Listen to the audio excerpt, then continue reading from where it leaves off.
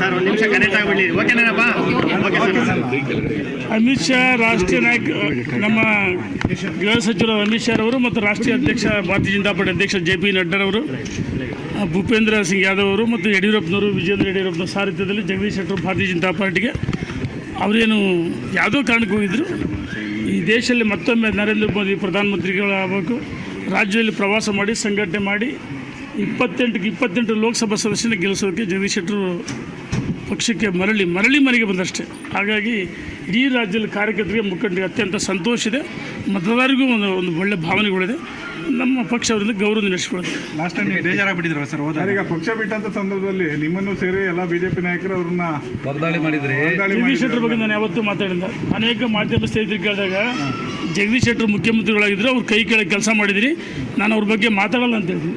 ಒಂದು ವೀಸಲ್ಲಿ ಜಗದೀಶ್ ಶೆಟ್ಟರ್ ಬಗ್ಗೆ ಮಾತಾಡೋ ವಿಡಿಯೋ ಇದ್ದರೆ ನಾನು ರಾಜಕಾರಣ ಬಿಡ್ತೀನಿ. ಪವಿತ್ರ ವಸ್ತು ಅವ್ರಿಗೆ ಟಿಕೆಟ್ ಸಿಗದೆ ಇರೋದು ನಿಮಗೇನು ಅಸಮಾಧಾನ ಇತ್ತು? ನಿಮಗೆ ನಾವು ಆ ಸಂದರ್ಭದಲ್ಲಿ ಜಗದೀಶ್ ಶೆಟ್ಟರ್ ಸಿಗಬೇಕಾಯ್ತು ನಮ್ಮ ಹಿರಿಯರು ಅಂತ ಹೇಳಿದ್ವಿ. ಜಗದೀಶ್ ಶೆಟ್ಟರ್ ಸ್ವತಃ ಕರೆ ಮಾಡಿ ಹೇಳಿದ್ವಿ. ಏನು ಯಾವುದೋ ಕಾರಣಕ್ಕೆ ಸೋಲಾಯಿತು. ಸೋತ ನಿರಂತರವಾಗಿ ಅವ್ರ ಜೊತೆ ಸಂಪರ್ಕದಲ್ಲಿದ್ದು ನಾವು. ಈಗ ಟಿಕೆಟ್ ಕೊಡಬೇಕಂತ ಹೇಳಿ ಒತ್ತಾಯ ಮಾಡ್ತೀರಾ? ಯಾವುದೋ ಇದು ರಾಷ್ಟ್ರೀಯ ನಾಯಕರ ಸಮಕ್ಷಮದ ಚರ್ಚೆ ಆಗಿದೆ. ಅದು ರೇಣುಕಾಚಾರ್ಯ ವೈಯಕ್ತಿಕ ಅಭಿಪ್ರಾಯ ಪಡೋಕ್ಕಲ್ಲ, ರಾಷ್ಟ್ರೀಯ ನಾಯಕರು ಬೆಂಬಲಿಗರಾಗಿ ಅವರು ಸಪೋರ್ಟ್ ನೋಡಿ. ನಾನು ರಾಜ್ಯದಲ್ಲಿ ಭಾರತೀಯ ಜನತಾ ಪಾರ್ಟಿ ಯಡಿಯೂರಪ್ಪನವರ ಬೆಳೆಸಿದ ಒಂದು ಕೂಸು. ನಾನು ಯಡಿಯೂರಪ್ಪನವ್ರು ಬೆಳೆಸಿದ ಕೂಸು ಮತ್ತು ಜಗದೀಶ್ ಶೆಟ್ಟರ್ ಸರ್ ನಮ್ಮ ನಾಯಕರು, ಅವರು ಮುಖ್ಯಮಂತ್ರಿಗಳಾಗಿದ್ದರು, ಅವ್ರ ಕೈ ಕೆಳಗೆ ಕೆಲಸ ಮಾಡಿದ್ದೀನಿ. ಅವ್ರ ಬಗ್ಗೆ ನಮಗೆ ಗೌರವ ಇದೆ.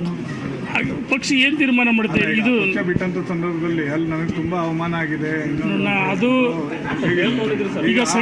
ಈಗ ಪ್ರತಿ ದಿವಸ ಯುದ್ಧ ಮಾಡೋಕ್ಕಾಗತ್ತಾ?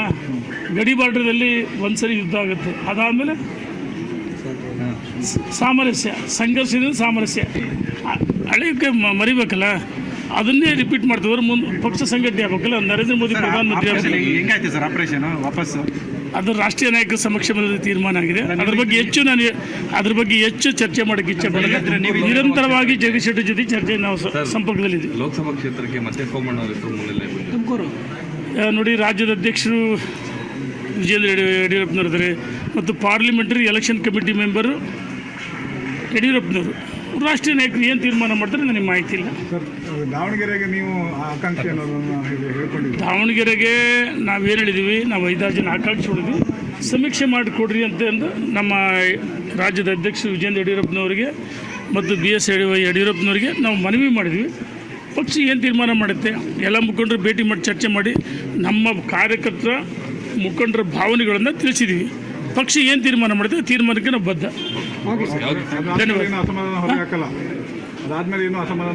ದೇಶದಲ್ಲಿ ನರೇಂದ್ರ ಮೋದಿ ಪ್ರಧಾನಮಂತ್ರಿ ಆಗಬೇಕು, 28 ಲೋಕಸಭೆ ಗೆಲ್ಲಿಸಬೇಕು ವಿಜೇಂದ್ರ ಯಡಿಯೂರಪ್ಪನ ಸಾರಥ್ಯದಲ್ಲಿ. ಅದು ನಮ್ಮ ಗುರಿ, ಅದು ನಮ್ಮ ಸಂಕಲ್ಪ. ನೀವು ಈಗ ಕಳೆದ ಚುನಾವಣೆ ಆದ ನಂತರ ಪ್ರತಿ ದಿವಸ ಸಂಘರ್ಷ ಮಾಡೋಕ್ಕಲ್ಲ, ಸಾಮರಸ್ಯ.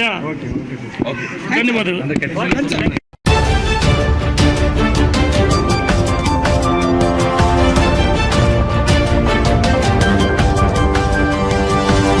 Thank you.